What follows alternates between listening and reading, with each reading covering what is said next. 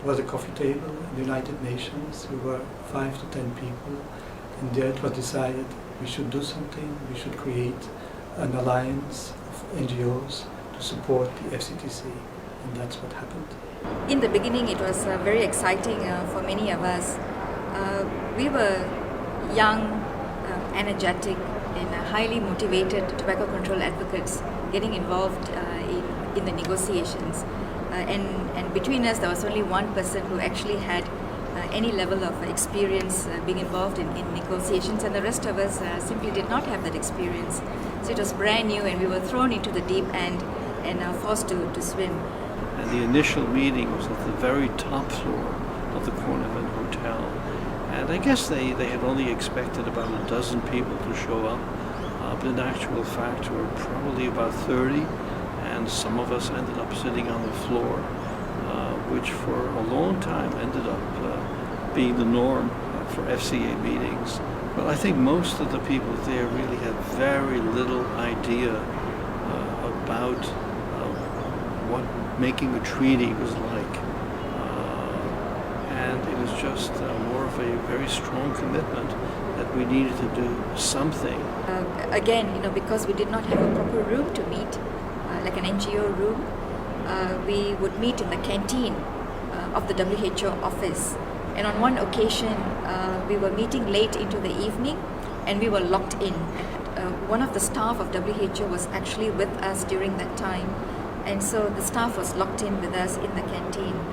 And I remember, as the head delegate for South Africa, walking into the conference center and immediately being confronted by a vast number of people, it seemed to me, giving out leaflets.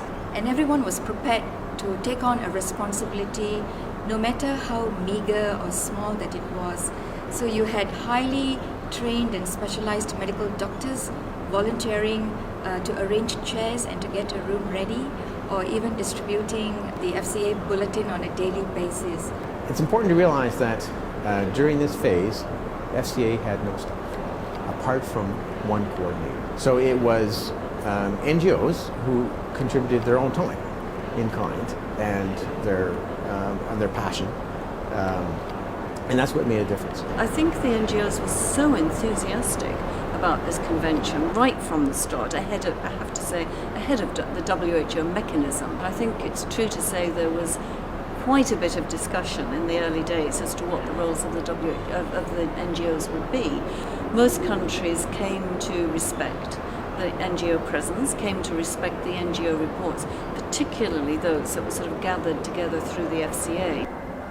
I think that one of the clever things that the FCA did was eventually, not in the beginning, but eventually learn to lobby governments with a few sentences written on a piece of paper and handed to you. First we were out, we were not able to come in, but later on how we were able to get the confidence of the government, the delegates, and we were all in one of the first regions. CRO was one of the first regions where the FCA or the non-governmental organizations were included, and that's how the FCA was able to influence policy, and even now we are doing that. And when it was turned for the NGOs to speak, the room became silent. People listened to the NGOs because they had such high credibility, and their only motivation was to do what was best for tobacco control. And it was amazing to see the FCA in action at that stage. It was amazing to see people from all over the world willing to work together, their voices in unison to achieve very specific objectives around the treaty process that was being negotiated.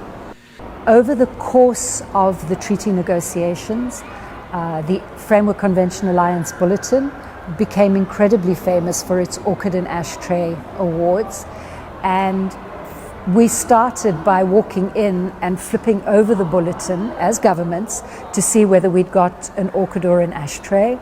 Didn't matter if we got an orchid, mattered terribly if we got an ashtray.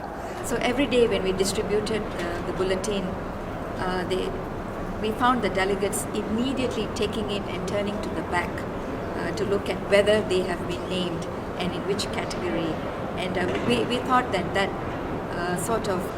was a powerful way in which we sent a message across to the various governments that we are watching you. So the negotiations began in the fall of 2000, and they were very difficult, intense negotiations.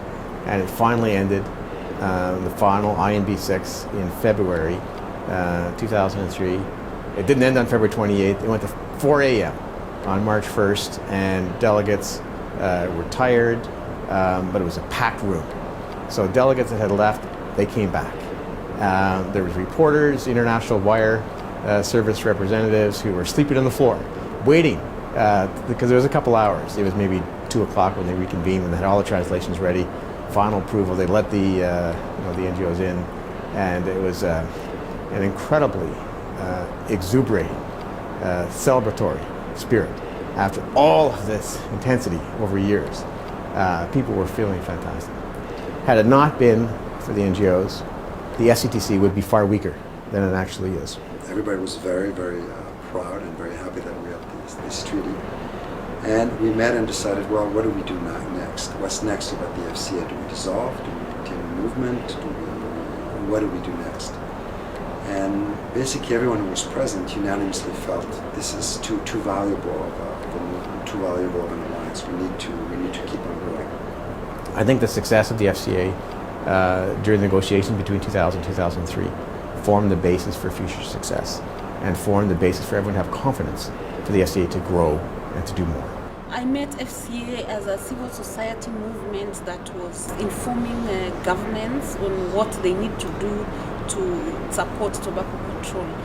Even helped me draft statements, because sometimes initially I worked very hard to try and write statements to read on the floor. It was a big meeting for me the first time, and FCA helped me put my thoughts together and supported me and told me, yes, this is what you can say and this is what the evidence is. And in 2005 I had the opportunity to attend FCA meeting in Morocco for Francophone countries as ATCA executive. What I realized is that all African organizations working on tobacco controls has benefit from FCA. That's what's been amazing, is through the FCA we've been able to maintain the excitement, so to speak, to at least at some level, and the interest of our members, because this is the true global tobacco control coalition, and this is a global movement. It's a global epidemic, which is the result of transnational issues, international trade agreements. So the global coalition has a big role to play still in the few years ahead. So as far as the future goes, I think it is written in stone now, it's inevitable that the FCA involvement will continue, not just with the FCTC, but also now with the new protocol. And I think it's quite interesting looking even at the people who are coming to attend these meetings. The FCA are a very constant, very stable force in all of this. Government delegations come and go, they change.